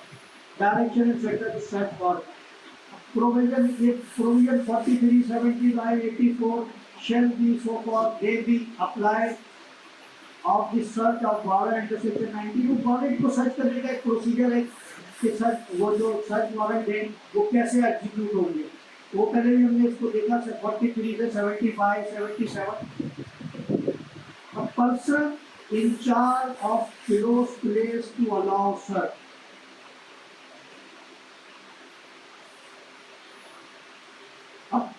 अब कोई क्लोज प्लेस है तो अब उसको सर्च कर रहा है, तो उसके लिए फिर जो है ना पुलिस को इख्तियार है कि वो परमिशन लेके ब्रेक ओपन द लॉक, पीछे भी आ रहा था कि लॉक खोल के 102 में वो सर्च के लिए जा सकता है, फिर वो इन्वेंटरी बना सकता है। लेकिन वो रिपोर्ट देगा कि क्योंकि जगह क्लोज थी, मजिस्ट्रेट साहब को परमिशन दे देगा कि जी ये जगह क्लोज है तो मैं जाके इसको ओपन द लॉक भी कर सकता हूँ, तो उसको इजाज़त दे दीजिए। Search to be made in presence of witness, जैसे कि मैंने पहले बताया था कि आपको जो है जब भी कोई सर्च करेंगे तो आपको लोकेलिटी से बेसिकली कोई 2 विटनेस लेने होते हैं। वो यही है, before meeting self police shall call upon 2 और more respectable of the locality. अब वो क्योंकि बहुत सारे मामला में कोर्ट्स ने इसको एग्जाम भी किया है, कई के लोग नहीं आते तो फिर वो कहते हैं कि जी police officer is a good witness, तो उसका क्या इंटरेस्ट है। लेकिन जो है बेसिकली 103 की वायलेशन बड़ी डेंजर होती है पुलिस के लिए कि अगर कोर्ट किसी वक्त भी जो है ना वो 103 की वायलेशन पे का बेनिफिट अक्यूज को दे देती है। तो ये जरा पुलिस को भी ये कोशिश करनी चाहिए और कोशिश करती है। मतलब पुलिस एक बात लिख देती है कि साहब मैंने 20 आदमियों को बुलाया था और उन्होंने विटनेस बनने से इनकार किया, तो इसलिए मेरे पास कोई ऑप्शन नहीं था, तो मैंने अपना पूछा। लेकिन ये जरा सही पे जो है ना कोर्ट नॉर्मली कोर्ट मानते ही नहीं। तो ये भी एक एडवांटेज है डिफेंस कौंसिल के लिए कि जहाँ पे 103 की वायलेशन हो आप पूरी रिकवरी को जो है ना डिनाई कर सकते, और वो एक आपके लिए एडवांटेज है। पावर टू इन्फॉर्म डॉक्यूमेंट सेटला कोर्ट की, अगर कोर्ट समझता है कि ये डॉक्यूमेंट इलीगल है, अंडर वैल्यू है, तो कोर्ट जो है उनको इन्फॉर्म कर सकता है और उसके लिए डिटेल ऑर्डर पास करता है। वो कोर्ट, क्योंकि कोर्ट को कोई एक्ट भी करता है तो कोर्ट हमेशा उसका एक डिटेल ऑर्डर पास करता है। तो ये क्योंकि पावर टू इन्फॉर्म आपके डॉक्यूमेंट है, अब ये तो एक प्रोसीजर है। जो जैसा आपको इतना पता है कि जी मैं डॉक्यूमेंट इन्फॉर्म कर रहा हूँ तो बताऊंगा ना कि क्यों इन्फॉर्म कर रहा हूँ। हाँ Can a court force someone or give an order to someone to come and be a witness unwillingly if he does not want to? if court sees for end of justice, he can take assistance everyone. In relation to 103. No. Because this is a part of the investigation. It is not a part of the judicial proceeding. तो पहले बता दिया कि ये judicial proceeding क्या है। Judicial proceeding में तो मजिस्ट्रेट साहब ने वो काम करना है जो प्रोसिक्यूशन साहब जो है ना विटनेस देते हैं 92 में लाके बनाए, तो उन्होंने कहा जी मेरे लिए विटनेस है। इवन दो कि जज साहब भी कंपेल नहीं कर सकते जो है साथ मैंने विटनेस साइड पे मैं साथों नहीं चलाऊंगा, मेरी मर्जी है कि मैं साथों के साथ चलाऊँ। ये जज भी मना कर सकता है कि हाँ आप नहीं करेंगे। ये तो 103 में नहीं बोला, तो मजिस्ट्रेट का तो काम ही नहीं है, इंक्वायरी का पार्ट है, इन्वेस्टिगेशन का पार्ट। ऐसे कोर्ट पर इख्तियार है जज तो मजिस्ट्रेट साहब को, जो इसमें इख्तियार नहीं है तो इंक्वायरी को खुल जाएंगे। ये बस अच्छा पावर टू इन्फॉर्म जो डॉक्यूमेंट हो गया, magistrate and they direct search in his presence. कभी कभार होता है कि जी मजिस्ट्रेट साहब खुद भी जाते हैं कि जी कोई चीज सर्च करनी है तो मेरी प्रेजेंस होनी चाहिए, तो वो ही is not a witness of 103, वो सुपरवाइजरी उसकी जुरिडिक्शन। तो आप दो को विटनेस बना सकता है, ही इज नॉट अ मुशीर, वो मुशीर नहीं हो सकता, वो सुपरवाइजर होगा, उसकी सुपरवाइजरी जुरिडिक्शन है। अच्छा फिर है prevention offence security for keeping the peace for good behaviour. 16 भी है ना हमारे, 16 है।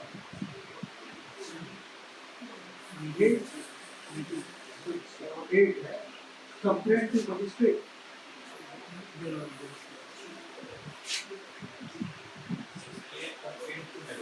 जी कंप्लेंट टू मजिस्ट्रेट है आपका कौन सा चैप्टर है? 16 है ना, यही अपनी यही मिल जाएगा। तो मैं अकॉर्डिंग आपके सिलेबस पे चल रहा हूँ।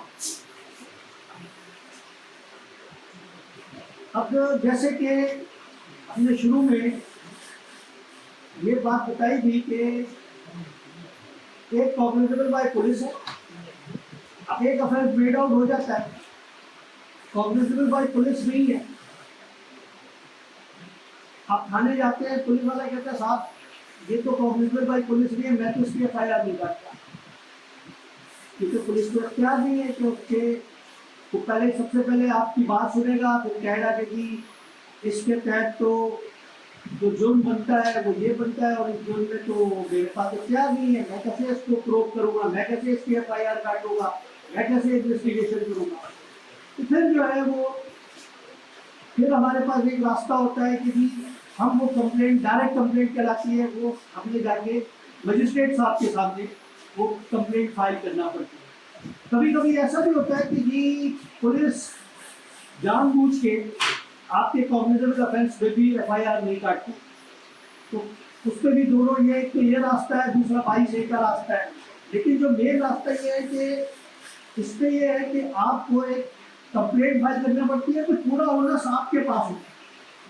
आपने FIR बनाई, FIR में आपने बता दिया कि मर्डर हो गया, तो वो फिर पुलिस उसकी इन्वेस्टिगेशन करेगी कि भाई ये मर्डर किसने किया है।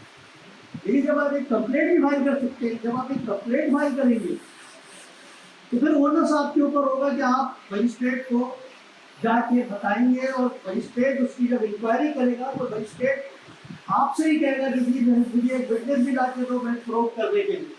तो आप मजिस्ट्रेट के पास एक रिटन में या ओरल में, या तो ठीक है जरूरी हो जाता है कि फोटो में और मजिस्ट्रेट साहब के सामने, लेकिन मजिस्ट्रेट साहब को इख्तियार है कि अगर 200 की कंप्लेंट आती है, क्योंकि कंप्लेंट का मतलब ये है कि जी आपने वोट पे वो जबानी भी दे सकते हो और रिटर्न में भी दे सकते हो, तो आपको वोट पर है, क्योंकि पुलिस को तो आप जा रहे, पुलिस आपसे नहीं वोट मांगेगा, लेकिन जुडिशियल प्रोसीडिंग में आपसे वोट मांगेगा। तो आपने जब वोट पे जाके देना है तो फिर वोट को प्रूव भी करना है मजिस्ट्रेट पे। अब मजिस्ट्रेट क्या करेगा कि जी आप आपके पास एक कंप्लेंट आ गई, अब मजिस्ट्रेट साहब उसको क्या करेंगे कि उसके लिए मजिस्ट्रेट साहब को कॉग्निजेंस लेना है, तो वो क्या करेंगे कि वो उसको प्रूव करेंगे। किसी को इंक्वायरी ऑफिसर भी बना सकते हैं, 202 में कोई विटनेस बुला के भी उसको एग्जामिन कर सकते हैं। विटनेस जब वो एग्जामिन हो जाएगा तो फिर वो देखेंगे कि जी अगर ये कंप्लेंट कॉग्निजेबल ऑफेंस जिससे मेड आउट होता है, अब वो कॉग्निजेबल ऑफेंस नहीं है, ये ऑफेंस है कि जी जो एक्ट और ओमिशन है वो पनिशेबल बाय लॉ है या नहीं है। जब वो देखेंगे तो उनको FIR की जरूरत नहीं है। अब उन्होंने क्या करना है, उन्होंने कॉग्निजेंस ले लेना है जिसके खिलाफ कंप्लेंट आई है। जो पुलिस के खिलाफ नॉर्मली कंप्लेंट नहीं आती, तो बोला मर्डर हो गया तो पुलिस उसको खुद ढूंढती है, ब्लाइंड मर्डर हो गया, तो वही जब इसको स्पेसिफाई करता है तो फिर वो फिर उस अक्यूज को वारंट इशू करते हैं, समन इशू करते हैं 204 में, वो प्रोसेस इशू होता है, फिर मजिस्ट्रेट साहब जो है उसको एग्जामिन करते हैं, फिर वो एविडेंस चलाते हैं, और फिर उसका वही प्रोसीजर होता है टाइम। तो ये जो है इसका मजिस्ट्रेट साहब जो है इंक्वायरी नहीं करते, लेकिन जुडिशियल प्रोसीडिंग जो है ना वो शुरू करते।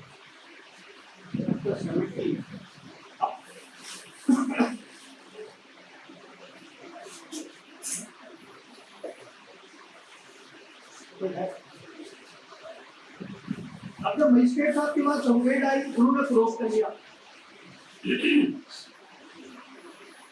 जब मजिस्ट्रेट साहब जो है कंप्लेंट आई तो उन्होंने प्रूव किया, फिर उन्होंने जो है ना 204 में वारंट इशू कर दी।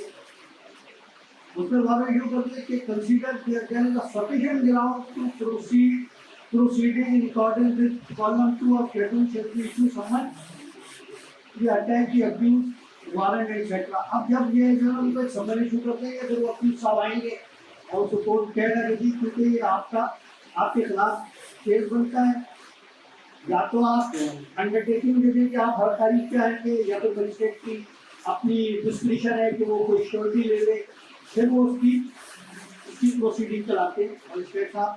और मजिस्ट्रेट साहब को ये भी इख्तियार है कि किसी की जो है अटेंडेंस डिस्टेंस भी कर सकते हैं, वो 205 में है, लेकिन वो उसका एक और प्रोसीजर है कि डिस्टेंस कोर्ट को देखना पड़ता है कि वाकई इसको डिस्टेंस करना है या नहीं करना।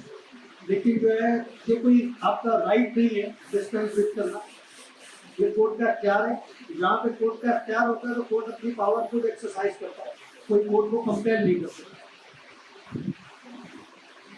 इसके बाद है आपको 31, ये रिलेट करता है अपील पे। अब मैंने कहा कि जी एक ऑफेंस हुआ, जैसे ही एक्ट का इनोवेशन हुआ जो पनिशेबल बाय द लॉ है, तो उसको एंड तक ले जाना है वो जुडिशियल प्रोसीडिंग।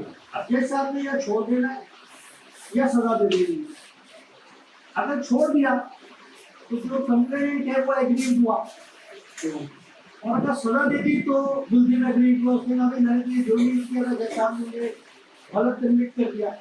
इधर जो है जो कंप्लेनेंट है सर ये तो बिल्कुल प्रमुख है, इसके खिलाफ केस बनता था।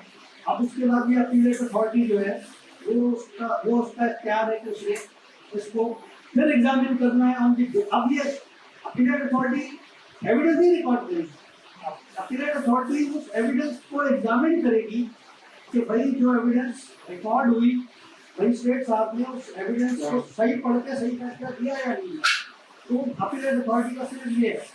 अब ये कहते हैं unless otherwise provide no appeal denied, appeal shall be filed in according with the procedure defined in CrPC. अब क्योंकि जब पेनल कॉन्सिक्वेंसेज है तो प्रोसीजर भी सीआरपीसी में अपील प्रोवाइड है 410 में 417 में, तो वो इसमें लिखते हैं कि जी आपको अपील की अपॉर्चुनिटी है। Appeal form order rejecting application for restoration of attach property, वही है कि आपको आपकी जो रिस्टोरेशन एप्लीकेशन डिस्कस कर दी, आपकी जो है अटैच प्रॉपर्टी थी, आपको रीअटैच नहीं किया, उसकी रिस्टोरेशन नहीं थी, तो वो भी फिर आपने जाके हाई कोर्ट में ही उसको करना है।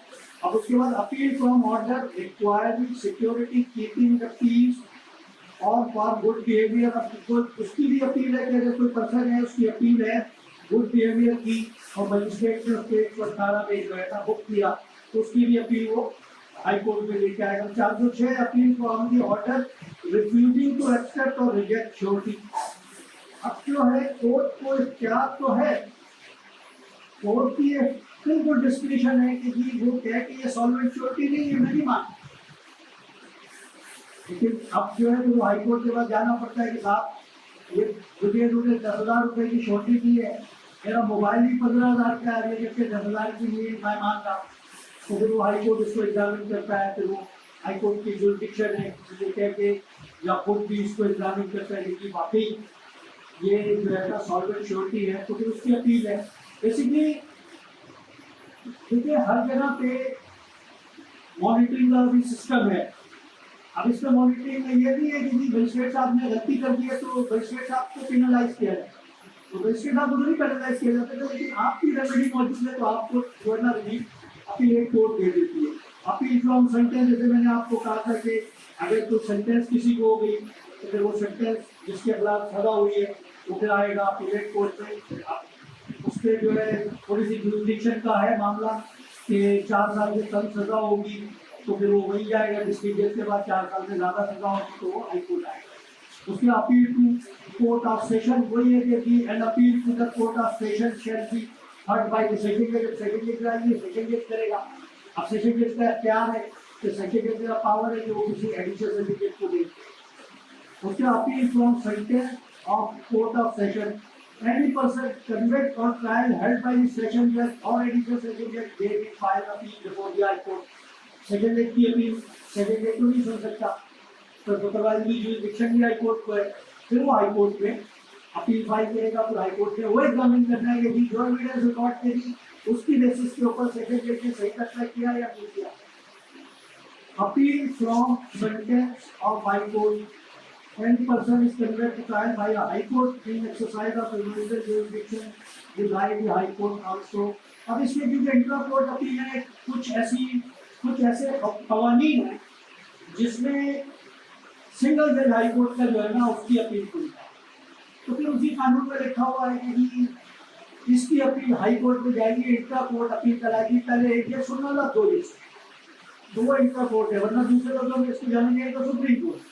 लेकिन एक एक्स्ट्रा कोर्ट अपील की जो है ना एक अपॉर्चुनिटी है कि दो जजों का विजडम और एक जज का दोनों हाई कोर्ट के कहते हैं उसको विजडम थोड़ा सा कि वो कैसे माइंड अप्लाई करते हैं, दो ओपिनियन होती है, फिर वो उसको एग्जामिन करके ये नॉर्मली टेक्निकल मैटर्स में होता है कि ये कस्टम्स कम्युनिकेशन होते हैं, तो उसमें जजमेंट भी है 99 का कि सिंगल जज के ऑर्डर को हाई सुप्रीम कोर्ट जारी नहीं सकते, SCMR 1999 जी। लेकिन अगर आपका कोई 365 का केस है जो सिंगल जज ने सुना है और सिंगल जज ने फैसला किया तो वो 365 CPC फिर आपको सीधा ऊपर जाना है हाई कोर्ट, तो वो सॉरी सुप्रीम कोर्ट जाना, तो वो ये वजह है इसकी। आपकी सेंटेंस आपकी हाई कोर्ट हो गई, no appeal with certain cases when accused plead guilty. अब एक शख्स ने गिल्टी प्लीड कर ली तो फिर उसको तो अपील का कोई राइट ही नहीं है, या कंसेंट ऑर्डर जैसे होते हैं उनको भी कोई राइट नहीं होता। और पिटी केसेस होते हैं, अब उसमें जो है पेपर बुक करने में ही लोगों के बहुत सारे एक्सपेंसेस हो जाते हैं, तो उसमें कहते हैं कि अगर जो है 200 रुपये का फाइन है और आपकी जो सेंटेंस है वो एक्सीड नहीं कर रही 6 महीने की, तब आपको जितनी देर में आपकी पेपर बुक बनेगी और सारे मामला तो इससे करते हैं कि आप जो है इसकी अपील आपकी नहीं होती है, लेकिन लागू होती है। No appeal from certain summary conviction. अब वो समरी कन्विक्शन भी होती है कि फाइन होता है तो वो, लेकिन खैर बेसिकली ये थोड़ा सा मेरे हिसाब से तो इसको चैलेंज होना चाहिए, लेकिन अब कोई करता नहीं क्योंकि स्टिग्मा तो आपके ऊपर लाइफ पे आ गया, क्योंकि आप कन्विक्टी हो गए, 2000 रुपये आपको जुर्माना लग गया, आपको अपील भी नहीं है। लेकिन वो करके छोटे केसेस में कोई, अब किसी को अगर इलेक्शन नहीं करना, किसी सरकारी नौकरी नहीं करना तो कहता है कि चले ठीक है क्यों अपील दायर करेंगे, बेसिकली रीजन ये। लेकिन जहाँ भी किसी का राइट वो इन्फ्लुएंस होगा तो उसको तो फिर उसके लिए तो थोड़ा सा डेंजर है। लोग the provision of 4 months in a sentence imprisonment in default payment of fine pension against 2 years। अब ये जो है जब एक दो ऑफेंस में जब आपको सजा दी जाती है तो कंकरेंट करती है, तो वो इसके जो है ना इसको प्रोविजन है 413 में के अगर कोर्ट की जिम्मेदारी है कि जी, जैसे मैंने अभी चार्ज में बताया था ना कि चार्ज में आपको 3 लीगल अफेंसेस लगा के करके जो चार्ज फ्रेम करके अगर आ गई तो 302 में भी आपको सजा दे दी, 337 में भी सजा दे दी, तो फिर वो अगर कंकरेंट नहीं चलेगी, कंकरेंट नहीं करेगी तो वो तो डबल पनिशमेंट है। ईच काउंट तो नहीं कर सकते ना, एक ही ऑफेंस है तो फिर ईच काउंट होगी, तो ईच काउंट में तो परेशान हो जाएगा। अक्यूज का वैसे भी कहते हैं कि क्रिमिनल लॉ में accuse is the favourite child of the state, तो उसको अपने ये वजह है कि जिसको उसका राइट प्रोटेक्ट करते हैं, तो special right and appeal certain cases. अब ये जो है वेन मोर देन अपन वजन कन्वर्टेड, अब इसमें ऐसा होता है कि एक जजमेंट होते हैं एट रैंक और एक पर्सोना। कहीं पे अगर 4 एक्यूज है, 4 में से 2 ने कर दी अपील, 2 ने नहीं की, तो वो तो जजमेंट तो आपका एट रैंक ही है ना। ये तो नहीं हो सकता कि जिसने नहीं की उसको एविडेंस तो वही थी। तो वो कहते हैं कि जी board of the shall one of convict is one then applicable of judgment order has been in respect of any such person all of any other person convicted at the trial has the right। अब उसके बाद है जनाब appeal in case of अक्यूटर। वो अक्यूटर है जैसे जो मैंने कहा ना कंप्लेंट को भी तो राइट चाहिए, तो जैसे आपने गलत छोड़ दिया तो वो 417 में हो गए, उसको जाके अपील फाइल करते हैं। Appeal on what matter admissible। तो असल में अपील तो वही है ना, जो जजमेंट भी तो फैक्चुअल लॉ पे होता है, और इसमें ये है कि अपील कब एडमिसिबल होगी कि जब अपील में be on matter of fact as well as matter of law. The alleged severity of the sentence shall for the purpose of this section be deemed to be a matter of law। Sentence हुई है नहीं हुई है तो लेकिन वो matter of law तो बनता ही है। petition of appeal, every appeal shall be made in the form of the petition in writing। वो जो भी अपील बनेगी तो प्लीडर के जरिए बनेगी, और वो उसको बता तो अदरवाइज तो जैसा आपने उसकी लीगलिटी और प्रोप्राइटी कैसे देखेंगे जब तक वो किसी फॉर्म में नहीं होगी। Procedure when appeal are in jail. अब बता ये है कि जेल के लिए वो अपीलों के लिए एक लिमिट टाइम, अब लिमिटेशन के बाद होगी, या कोई कन्विक्टी है जो जेल में है तो थ्रू जेल सुप्रिटेंडेंट जो है ना वो अपील जो है वो भेजेगा और कोर्ट उसको एंटरटेन करेगी, क्योंकि ऊपर तो उसने कह दिया कि जी आपको पिटीशन की फॉर्म में लेनी है, वकील साहब के पास जाएंगे तो पिटीशन की फॉर्म में आए। लेकिन अगर आप जेल में कन्विक्ट हैं, आप वकील नहीं कर सकते, तो आप एक कागज पे जो भी लिख के देंगे कोर्ट उसको deem to be written complaint, उसकी प्रोबेबिलिटी और लीगलिटी कोर्ट से खुद देखनी है। उसने तो कह दिया कि साहब मुझे तो 14 साल की सजा दे दी, मैंने तो कोई जुर्म नहीं किया था, मुझे जुर्म नहीं, और मैं जब सजा जब मेरे पास केस बना था जब से मैं जेल में अभी भी जेल में हूँ, तो मैं तो अपनी यही मेरी अपील है, इसको ट्रीट किया जाए ट्रीट करते, क्योंकि फिर वही है कि सुपरवाइजरी ज्यूरिडिक्शन है, हाई कोर्ट की अपीलेट ज्यूरिडिक्शन है और रिवीजन ज्यूरिडिक्शन है। उसने तो जो इलीगलिटी नीचे हुई है वो सोमोटो भी करेगा, किसी की कंप्लेंट भी करेगा। सोमोटो ज़्यादा तो नहीं आती क्योंकि ये एग्रीड है, जिसकी जिम्मेदारी है विवेक से भी कर सकता है। उसके बाद है जनाब समरी डिसमिसल ऑफ अपील। अब अगर कोई अपील प्रमा फैसाए जो है ना कोई ऐसा रीजनेबल ग्राउंड नहीं है, अपील आ गई है तो वो तो कहेंगे समझ इसको बजाय नोटिस इशू करें, इसकी पेपर बुक बनवाएं, जुडिशियल माइंड अप्लाई करें। नजर आ रहा है कि ये गलती नहीं है, समझ के डिस्कस करके फाइल करने के लिए गलती है, टाइम टू फाइल करेंगे। तो नोटिस, अब वो नोटिस जब अपील फाइल होगी तो क्योंकि हमारे यहाँ तो ये तो किसी के खिलाफ भी कोई ऑर्डर बगैर नोटिस के पास नहीं हो सकता। तो ये जो है नोटिस, क्योंकि अपील अगर कोई अपील हो गई तो फिर उसको नोटिस देना है अपीलांट को, और प्रोविंशियल गवर्नमेंट जहाँ time place such appeal will be heard, या तो गवर्नमेंट को जाएगा या फिर उसको जाएगा प्राइवेट पार्टी को, तो उसको फिर आके अपील में नोटिस होगा तो वो अपना राइट जो भी उसको डिफेंस लेना है कि ये अपील मेंटेनेबल है नहीं है, सजा गलत हुई या सजा सही हुई, वो आके व्यू पॉइंट देगा। उसके बाद जो है कोर्ट ने क्या कोर्ट का वो ऑर्डर है कि power to appellate court in disposing of appeal. Appellate court ने अब वो रिवर्स करेगा ऑर्डर, रिवर्स करेगा फ्यूचर ऑर्डर को, या कन्विक्शन करेगा या कन्विक्शन को मेंटेन करेगा। इनके पास इख्तियार है कि आप जब अल्टर कर सकते हैं कन्विक्शन को भी, जब इख्तियार है कन्विक्शन को अल्टर करने का तो फिर वो नोटिस दे सकते हैं, लेकिन सजा कम दी है तो ज़्यादा भी दे सकते हैं। कभी कभी अपील गैलरी भी आ जाती है क्योंकि इख्तियार अल्टर का है। अब अल्टर में तो बढ़ा भी सकता है कम भी कर सकता है, इसलिए ये नहीं है कि जी मॉडिफाई करेगा, मॉडिफाई नहीं कर अल्टर करेगा। अल्टर का मतलब क्या है, बढ़ भी सकती है। तो इसलिए कोर्ट जब कभी कोई पनिशमेंट लॉ में लिखी हुई है कि 300 की क्या है रकम देंगे, 409 की क्या है रकम देंगे, तो कोर्ट को क्या है कि वही उसकी प्रोप्राइटरी डिमांड है कि वो जस्टिस करे सबके लिए, अपीलेट जुरिडिक्शन के लिए, कॉन्स्टिट्यूशनल जुरिडिक्शन के लिए, तो बढ़ा नहीं सकता है। फिर उसके लिए बाकायदा नोटिस देगा कि आपको आपकी सजा कम की बढ़ाए क्यों ना। उसके बाद जो है ऑर्डर ऑफ हाई कोर्ट और अपील की certified to the lower court, वो जो है वो अभी एक प्रोसीजर है कि किस तरह सर्टिफाई होगी और लोअर कोर्ट सर्टिफाई करेगा या स्टाफ करेगा। Suspension of sentence pending appeal 426 में ऐसा नहीं। बात यह है कि अभी बेल का भी चक्कर आएगा आपको। बेल का एक फैसला पंचायत कोर्ट को नजर आ रहा है कि ये कन्विक्शन गलत हुई, तो कोर्ट जो है फिर वो कहता है कि जी ये अपील चलेगी 6 साल, ये अननेसेसरली जेल में रहेगा।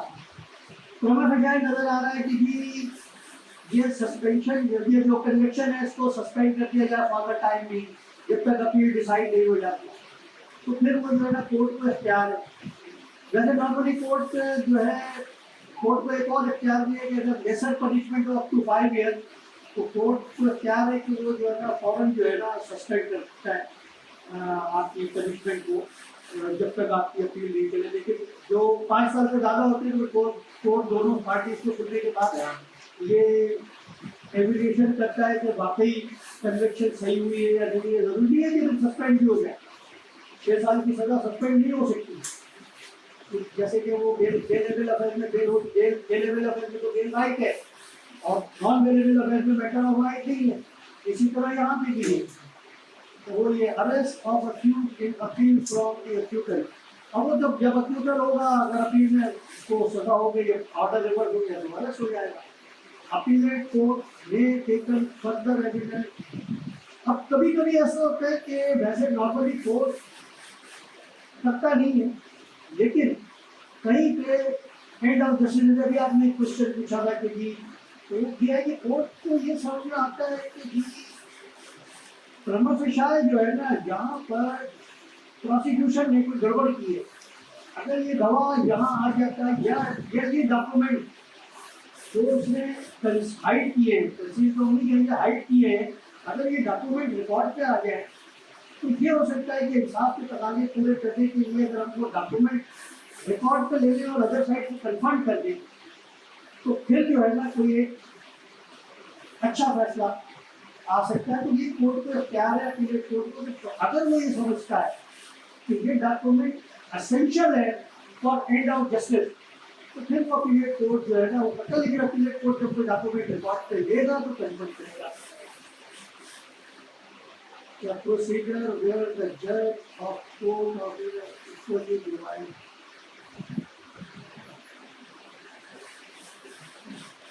अब जैसे कि डिविजन बेंच है, अगर दो डिवीजन में की ओपिनियन डिफरेंट है तो फिर जो है डिवाइड है, तो फिर वो जो है चीफ जस्टिस का इख्तियार है कि किसी रेफरी को केस दीजिए और फिर उसके बाद उसको जो है वो रेफरी उसकी फाइनल जो करे finality of the appeal order judgement in order pass in appeal appellate court shall be final. अब अगर आपको हाई कोर्ट कहता है कि अपील है तो हाई कोर्ट की फाइनल हो गई।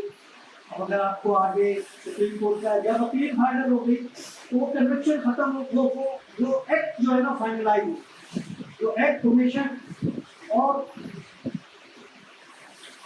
In violation of the penal law जो एक्ट हुआ वो जब अपील आपने स्टेट पे हो गई तो एक्ट खत्म हो गया, या तो कन्विक्शन हो गई या कुछ हो गया, अपील भी हो गई, each and everything is completed and the entire episode attain finally.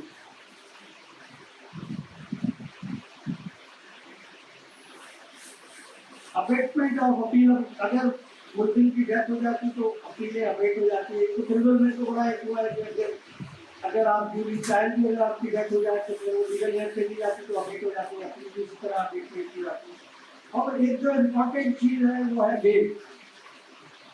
अब जैसे कि कॉग्निजेबल और नॉन कॉग्निजेबल थे वो भी स्केड्यूल 2 में आते हैं, ये भी स्केड्यूल 2 में आता है। वो बता दिया जाता है 496 में बेलेबल ऑफेंस है, ये मैटर ऑफ राइट है, मैटर ऑफ राइट है, आपको बेल मिली है। अब दूसरा जो है 497 में है कि when they be taken in case of the non available. अब उसका एक प्रोसीजर है कि आपको एक बेल एप्लीकेशन मजिस्ट्रेट साहब से या कंसर्न कोर्ट में फाइल करनी है।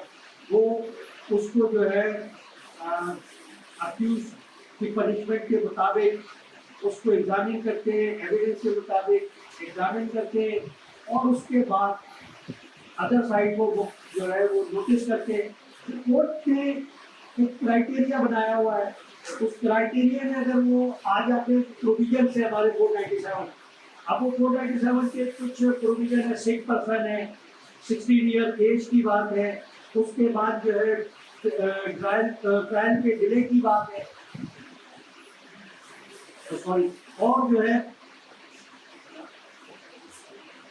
कहा जाता है कि जी बेल भी राइट है अगर पनिशमेंट 10 ईयर से कम,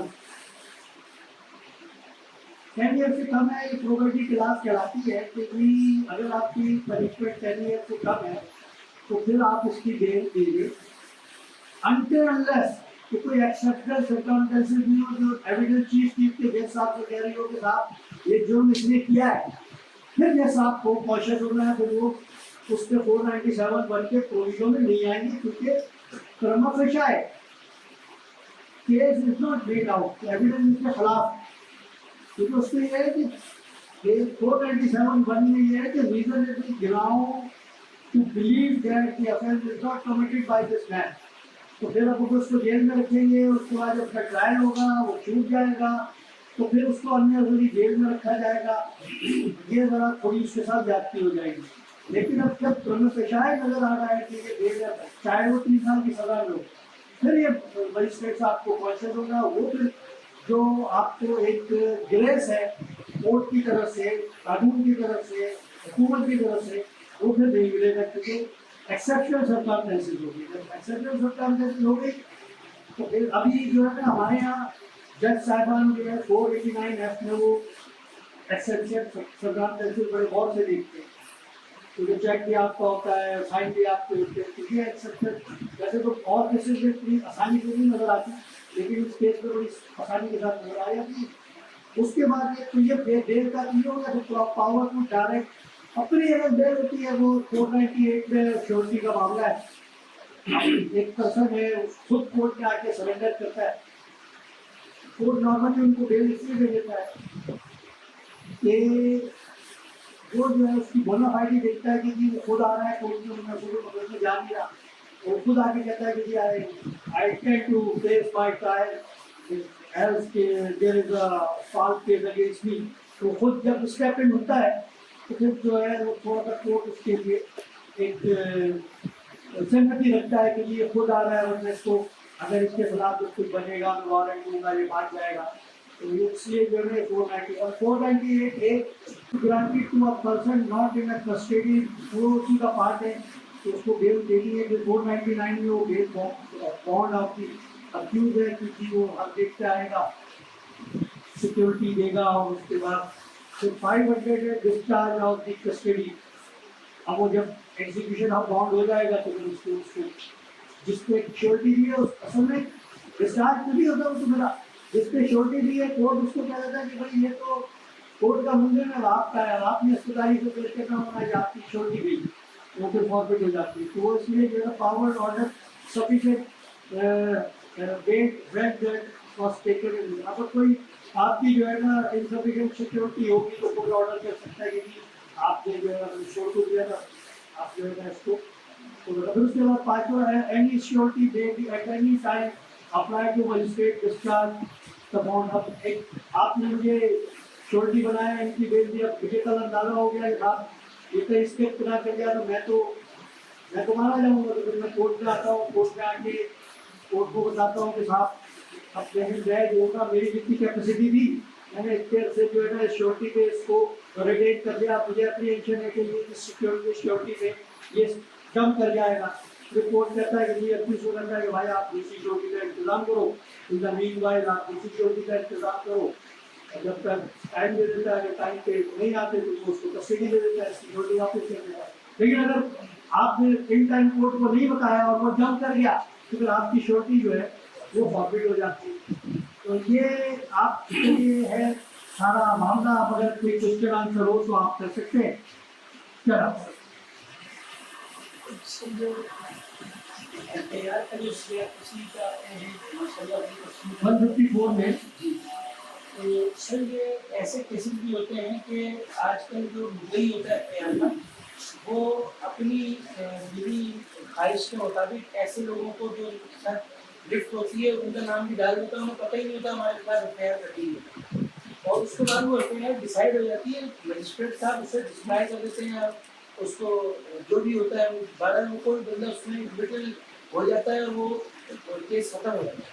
तो अब जिस बंदे को मालूम ही नहीं है किसका नाम एफआईआर में दर्ज है, उसके लिए सीआरपीसी क्या कहती है कि वो क्या करे? क्योंकि बात यह है कि ऐसा होता भी है नॉर्मल कोर्ट में, क्योंकि जब किसी के खिलाफ एफआईआर होती है तो अगर मुद्दई के कहने पे किसी को की जाती है तो मुद्दई खुद जो है ना पुलिस के साथ जाके उसको अरेस्ट कराता है।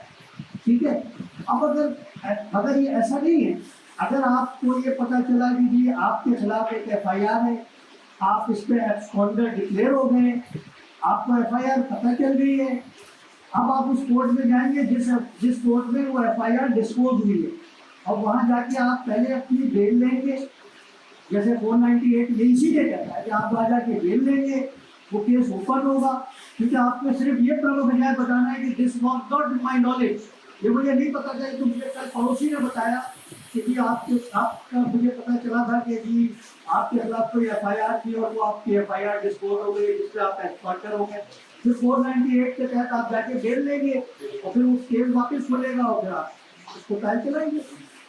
लेकिन 512 जो है 512 का तो मसला ये नहीं है, 512 का हमारा 512 के साथ 87, 88 होती है। जहाँ आपका घर है वहाँ वो जाते हैं, वहाँ चस्पा करते हैं, जहाँ की आपकी नॉलेज होती है, फिर आपको कोर्ट को बताना पड़ता है कि साहब, क्योंकि जब जिनको ये पता था कि जी मैं तो इस इलाके से 20 साल पहले यहाँ से चला गया हूँ, तो मैं तो इस इलाके में 512 गलत हुई, 87, 88 गलत हुई है, ये आपको प्रूफ करना पड़ता है। लेकिन आपको वही जाना वही 498 में पड़ेगा, उस कोर्ट में बेल लेनी पड़ेगी। जी एफआईआर कट गई, कॉम्पिटेंस कोर्ट ने ले लिया, आपको बेल लेनी है। और कोर्ट आपका कई केसेस में हुआ है, क्योंकि जब ये कोर्ट ये कहता है कि जी अगर मेरिट पे कोई केस नहीं बनता तो फिर एब्सकॉन्डर भी जो है ना, एब्सकॉन्डर को बेल मिलेगी। और अगर मेरिट पे तो एब्सकॉन्शन जो है ना, मेरिट पे अगर आपका केस नहीं बनता है तो आपके एब्सकॉन्शन आपके वे में नहीं आएगी। ये 182 के केस आप वो दूसरी बात भी है। बात ये है कि अब इसमें 3 क्लास ऑफ केसेस है। एक केस है कि जी आपने झूठा मुकदमा किया, वो झूठा मुकदमा जो है 182 को फिर मजिस्ट्रेट साहब आपको नोटिस करेंगे कि जी आपने इनके खिलाफ केस किया था, इनके खिलाफ एविडेंस दिया, हमने झूठा केस किया, आपके खिलाफ इस्तेगासा बनेगा और आपको हम मुल्जिम बना। फिर एक केस ऐसा होता है जिसमें मुल्जिमान नहीं मिलते, वो सी क्लास में चला जाता है। एक होता है बी क्लास में होता है, कब जब पकड़े जाएंगे वो जब देखेंगे। तो ये 3 चीजें होती है कि एक ब्लाइंड बिल्कुल ही होता है। ये सारे मामला है। ठीक है, कोई क्वेश्चन और? ठीक है, thank you very much for the